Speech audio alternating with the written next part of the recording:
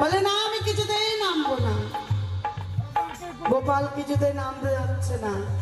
আর এদিকে মা মনে খুব ভয় লাগে, তাই সে জায়গায় দাঁড়িয়ে কি বলছে, নেমে আলে বাছা তুই গোপাল, নেমে আয় তুই বাছা নেমে আয় তো। আর কদম গাছে, আর কদম গাছে করে তুই মজা পাবি তোর গোপাল দাঁড়া। ও দাদা রে নয়নে হেরিব কালো রূপ গোপাল দাঁড়া, দাঁড়া রে নয়নে হেরিব কালো রূপ। ছোট গোপাল ডালে পা দিচ্ছে না, পাতায় পাতায় পাতায় পাতায় গোপাল পা দিয়ে চলে বেড়াচ্ছে, হেঁটে হেঁটে যায়। আর ওই পাতায় পাতায় যদি কোনো বাচ্চা যদি পা দেয়, সে বাচ্চাকে কি আর পাওয়া যায়? ডালের মধ্যে যদি পা দেয়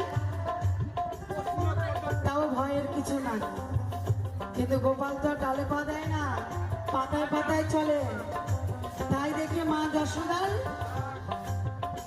মনে শিরে ঘা উঠে, মাথায় হাত দিয়ে বলে, ইস আমার গোপাল, সোনার গোপাল এভাবে যদি চলে আমি গোপালকে আর পাবো না।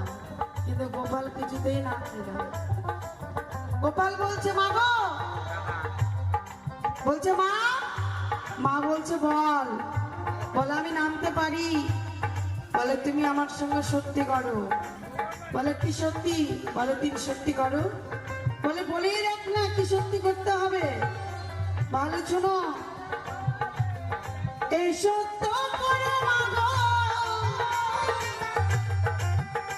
তুমি এই সত্য করো, মাগো এই সত্য করো। আর নন্দ ঘোষাল তোমার পিতা যদি আমায় মারো গোপাল দাঁড়া। দাঁড়া রে নয়নে হেরিব কালো রূপ গোপাল দাঁড়া, দাঁড়া রে নয়নে হেরিব কালো রূপ।